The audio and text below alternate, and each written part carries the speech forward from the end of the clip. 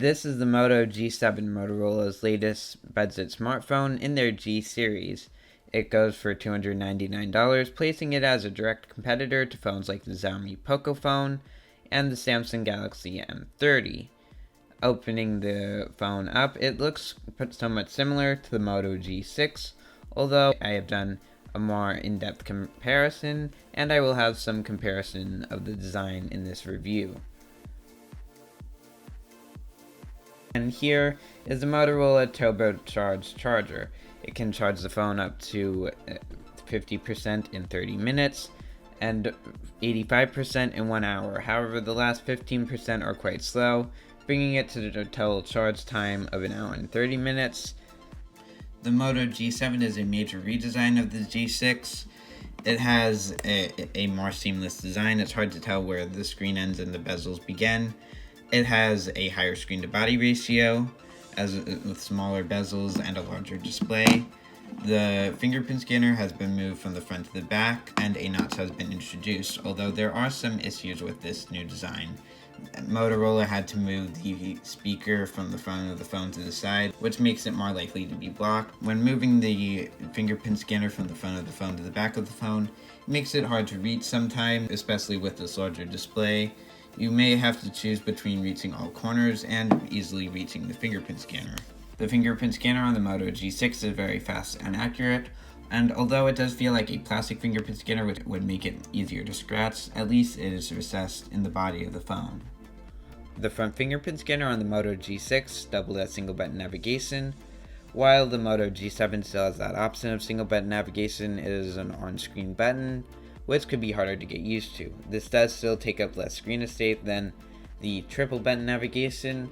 It actually displays less content than the Moto G6 would when using single button navigation. When the Moto G6 and G7 were both using triple button navigation, however, the G7 was able to display more content. The Moto G7 has no option to hide the notch.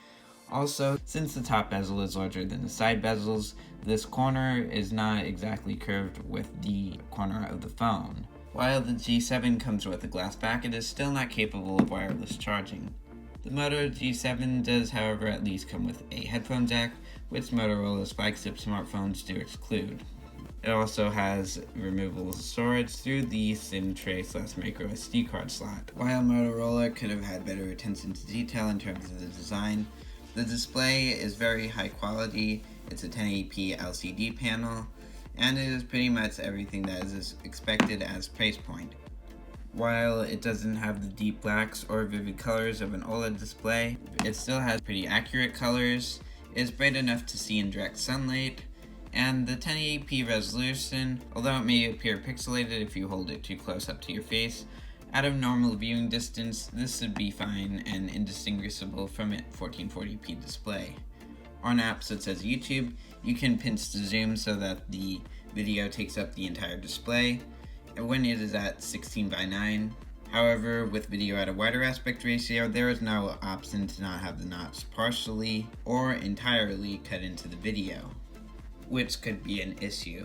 The camera on the Moto G7 is mostly average with a 12 megapixel sensor capable of 4K video recording, as well as a secondary 5 megapixel camera only used for bokeh, and it takes about the average level of detail. However, the Moto G7 falls noticeably short in terms of color accuracy. This is a video of the iPhone X as recorded on the Moto G7.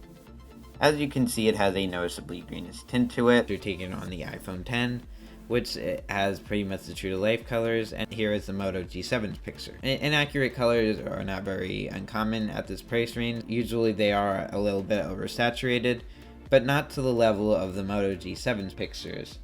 Even when compared to phones like the Xiaomi Poco phone, the Moto G7 is noticeably more oversaturated to the point where photos just stop looking realistic.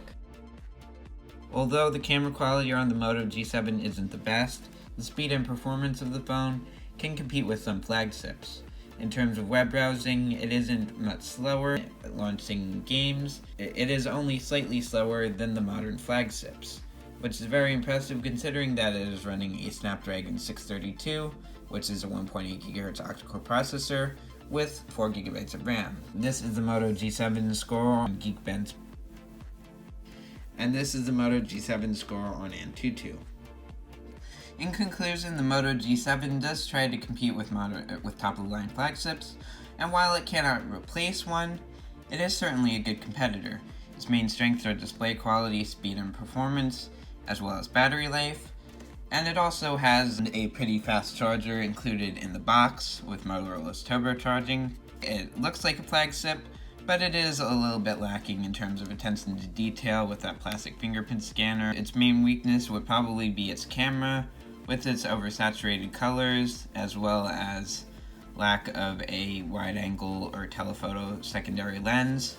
Overall, the Moto G7 is a good phone. I'd say its main rival is probably the Xiaomi Poco phone, and I'd recommend it in countries where the Poco phone is not available.